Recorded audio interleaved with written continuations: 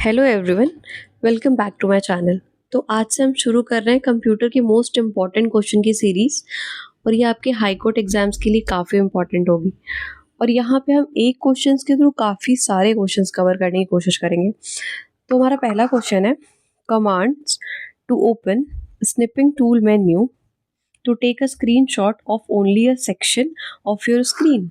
मान लो ये आपका विंडो विंडो में आपको एक पर्टिकुलर सेक्शन का स्क्रीनशॉट लेना है, तो उसके लिए आप कौन सा कमांड यूज करोगे? स्निपिंग टूल, जिसको हम स्निप एंड स्केच टूल के नाम से भी जानते हैं। और इसके लिए जो हम शॉर्टकट की यूज करते हैं वो है Windows plus shift plus S, मतलब ऑप्शन सी। अगर हम इसके बाकी ऑप्शंस की बात करें तो Windows plus control plus S क्यों यूज होता है? स्पीच रिकग्निशन के लिए। जो आपका स्पीच रिकग्निशन एक्टिवेट होता है वो इसी शॉर्टकट की से यूज होता है। ठीक है, next is control plus shift plus के। ये क्यों यूज होता है? स्मॉल कैपिटल फॉर्मेटिंग के लिए। अगर इसका एग्जांपल दूं मैं, तो मान लो आपको एक वर्ड है विथ, ये आपने इसको कैपिटल में लिखा, अब आपको स्मॉल फॉर्मेटिंग देनी है, तो ये आपने लिखा WITH, ये हो गया स्मॉल फॉर्मेट में, लेकिन है ये कैपिटल, लेकिन स्मॉल फॉर्मेट कैपिटल है। तो इसके लिए जो हम शॉर्टकट की यूज करते हैं वो है control plus shift plus K. Now option D is Windows key plus alt plus X. तो ये क्यों यूज होता है? ये होता है to convert a Unicode character. मान लो एक अल्फाबेट है ए, ठीक है, आपको इसको कन्वर्ट करना है, तो आप क्या करोगे? एक यूनिकोड, अगर आपको इंसर्ट करना है, सॉरी, अगर आपको ये इंसर्ट करना है, ठीक है, तो आपको ये लेटर इंसर्ट करने के लिए एक यूनिकोड कैरेक्टर लगेगा। मान लो कि इसका यूनिकोड कैरेक्टर है 0041। फिर आपने इसके लिए शॉर्टकट की दी ये वाली, Windows key plus alt plus x. ठीक है, तो आपका जो लेटर इन, जो आपका अल्फाबेट इंसर्ट होगा वो क्या होगा? ए। मतलब हम यहाँ पे क्या कर रहे हैं? यूनिकोड कैरेक्टर को कन्वर्ट कर रहे हैं। ठीक है, now next is glows outline reflection are known as. तो ग्लो आउटलाइन रिफ्लेक्शन को हम टेक्स्ट इफेक्ट बोलते हैं। एक्चुअली जो आपका वर्ड है, वर्ड में आपका एक टैब होता है होम टैब। होम टैब के अंदर ऑप्शन होता है टेक्स्ट इफेक्ट का। और टेक्स्ट इफेक्ट के अंदर जो टूल्स हैं जैसे कि आउटलाइन, रिफ्लेक्शन एंड ग्लो, तो ये सब आपके टेक्स्ट को और इम्प्रूव करने के लिए होता है। जैसे कि आपको मान लो कोई आउटलाइन देना है अल्फाबेट में, तो आप उसके लिए आउटलाइन टूल यूज करोगे, आउटलाइन इफेक्ट आएगा। ये है आपका आउटलाइन इफेक्ट। ठीक है, अगर हम इसके बाकी ऑप्शंस देखें तो font style, clip art, word art. तो फॉन्ट स्टाइल किस लिए यूज होता है? आपके जैसे कैलिबरी, रोमन, ये सब आपके फॉन्ट स्टाइल्स होते हैं, मतलब आपके टेक्स्ट को और स्टाइल करके लिखने के लिए।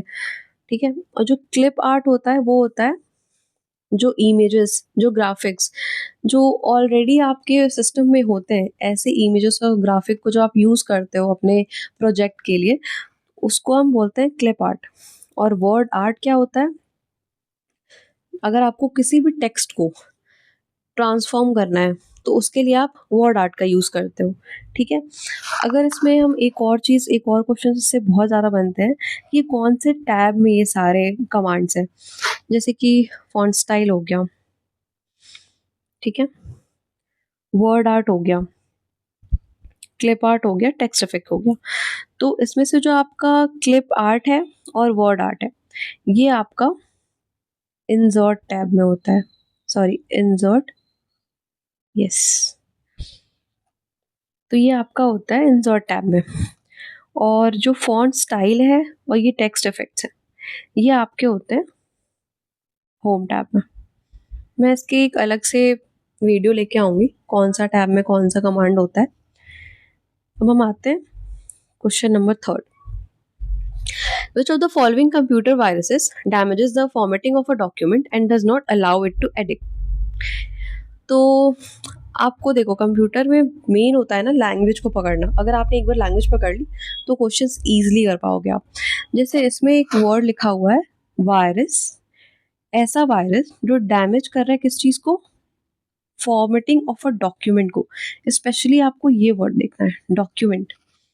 कहीं भी डॉक्यूमेंट आए, वर्ड आए, एक्सेल आए, प्रेजेंटेशन आए, या फिर एप्लीकेशन से रिलेटेड कोई भी चीज़ आए, कोई भी ऐसा सॉफ्टवेयर जो एप्लीकेशन सॉफ्टवेयर है, ऐसे सॉफ्टवेयर को अगर कोई वायरस अफेक्ट कर रहा है तो हमेशा आपका आंसर होगा मैक्रोवायरस, दैट इज ऑप्शन ए। ऐसे हमारे बहुत सारे टाइप्स के वायरस होते हैं, जैसे कि boot sector virus. Boot sector virus मतलब ऐसा वायरस जो बूटिंग के टाइम में इफेक्ट करता है, मतलब जो अपने सिस्टम को ओपन करता है, जो अपने सिस्टम को ओपन करने में हेल्प करता है, ऐसे वायरसेस जो होते हैं उनको हम बोलते हैं बूट सेक्टर वायरस। यहाँ पे एक फाइल वायरस है जो फाइल को इन्फेक्ट करता है, और यहाँ पे एक है वर्म। तो एक होता है वायरस और एक होता है वर्म। ये दोनों ही मैलवेयर हैं, दोनों ही वायरसेस है, लेकिन इनमें बहुत एक स्मॉल सा डिफरेंस है। वो ये है कि जो वर्म होता है वो सेल्फ रेप्लिकेट होता है, बट वायरसेस सेल्फ रेप्लिकेट नहीं होता है। मतलब वर्म को एक होस्ट चाहिए, मतलब वर्म को एक होस्ट नहीं चाहिए सेल्फ रेप्लिकेट। क्या मतलब यही होता है कि कोई उसको होस्ट नहीं चाहिए, वो खुद से सेल्फ रेप्लिकेट हो जाता है। लेकिन वायरस को क्या है, उसको एक होस्ट चाहिए सेल्फ, मतलब रेप्लिकेट होने के लिए एक चाहिए, कुछ कोई भी होस्ट चाहिए। Now option question number 4। Dash is a type of crime, cybercrime attack, where unsolicited bulk messages are sent to a large number of users indiscriminately. ठीक है, तो आपके मेल पे, आपके फ़ोन पे बहुत सारे ऐसे मैसेजेस आते होंगे जो आपने कभी सोचा भी नहीं होगा, या फिर कभी आप देखते भी नहीं होंगे और बस आ जाते होंगे। तो अनसॉलिसिटेड मतलब ये होता है कि ऐसी चीज़ें जो आपने, मतलब यू डोंट वांट, और आपने किसी उसको पूछा नहीं हो, कभी सर्च ना किया हो, कुछ ना किया हो, बट वो आ जाती है मैसेजेस, मतलब वो अनवांटेड होती हैं। तो ऐसे मैसेजेस को आप क्या बोलते हो, स्पैम बोलते हो ना। स्पैम है, स्पैम है। कॉल आपके, कोई आपका कॉल आ रहा है एड वैड का या फिर कुछ भी, तो स्पैम कॉल बोलते हो ना, मतलब अनवांटेड चीज़ है वो, उनको स्पैमिंग बोलते हैं।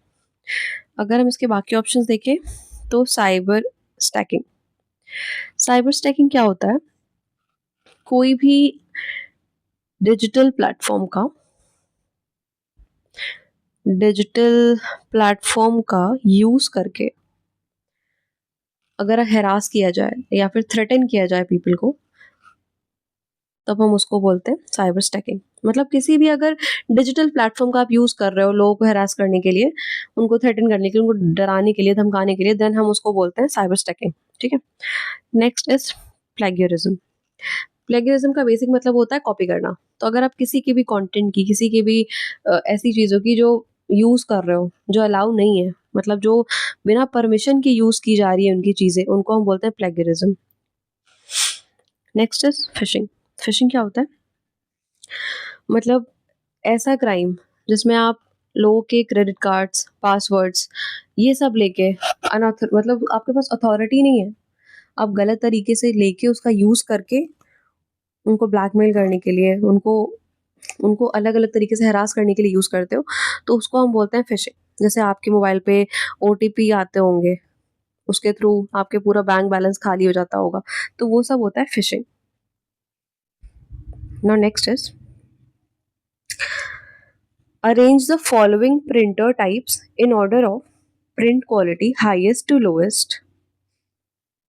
तो सबसे हाईएस्ट क्वालिटी का जो प्रिंटर है इस टाइम पे वो है laser printer, then inkjet, then thermal, then dot. इसका एक अलग से वीडियो है मेरे चैनल पे, आप उसको एक बार गो थ्रू करो, तब आपको पूरी इसकी हिस्ट्री, पूरा डिटेल पता चल जाएगा, तब आपको ईज़ी होगा याद करने में। Now next is a MAC address, मतलब media access control is dash bits long. तो जो हमारा मैक एड्रेस है वो होता है 48 बिट्स का। ठीक है। और अगर आप इसको बाइट में कन्वर्ट करना चाहो तो आप 48 को डिवाइड कर दो 8 से, तो ये हो जाएगा 6 बाइट का। ठीक है। ओके। अब इसके बारे में अगर हम कुछ डिटेल्स देखें तो दो एड्रेस होते हैं, एक होता है टीसीपी आईपी एड्रेस और एक होता है मैक एड्रेस।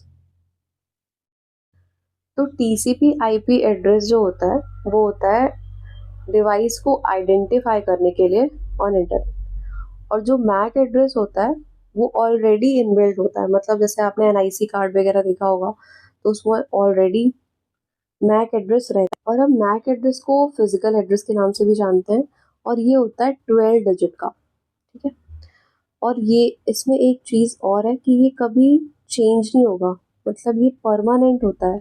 लेकिन अगर हम टीसीपी आईपी की बात करें तो ये होता है टेम्पररी, मतलब इसको हम चेंज कर सकते हैं।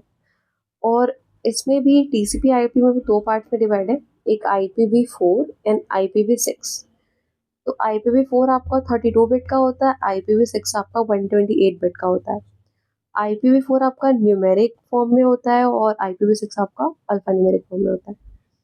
और अगर हम मैक की बात करें तो ये हेक्साडेसिमल फॉर्मेट में होता है। इसकी और डिटेल्स वीडियो हम आगे के क्वेश्चंस पे देखेंगे। Now come to question number 7। Which of the following technology is used in second generation computer? तो हर एक जनरेशन में अलग अलग कंप्यूटर्स यूज होते थे। पहले जनरेशन में जो कंप्यूटर यूज होता था, इसमें सेकंड जनरेशन का बताना है हमें, तो सेकंड जनरेशन में ट्रांजिस्टर यूज होता था। फर्स्ट में वैक्यूम ट्यूब यूज होते थे। थर्ड में आपके इंटीग्रेटेड सर्किट्स यूज होते थे। फोर्थ में आपके very large scale integration computer use होते थे। और अगर हम फिफ्थ में बात करें, मतलब जो अभी करंट में चल रहा है, तो आर्टिफिशियल इंटेलिजेंस का यूज होता है। Now next is connection to the internet using a phone line and modem is called dash connection.